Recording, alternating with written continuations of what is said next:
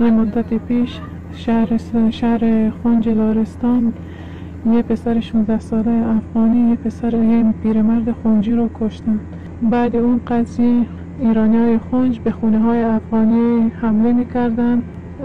افغانی‌ها از ترس جانشون از اون شهر برای یه مدت خارج شدن. زمانی که پسر انتقال داده شد به شیراز، اوضاع آروم شد، برگشتن خنج. کوریا اونا گفتن باید افغانی‌ها خارج بشن. امروز که خنج همچین اتفاق افتاده، فردا پس فردا خورم همچین اتفاق میفته. رفتن شهرداری گفتن اگه تا دو روز افغانی همه رو خارج نکنین از شهر خور، ما به خونه افغانی آتش میزنیم.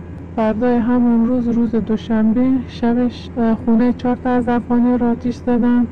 همین پسرها همشون زیر 20 سال و بالای 14 سال هستن. دیشب هم 3 تا از خونه ها رو آتش زدن. چند تا از مردای افغانی رفتن شکایت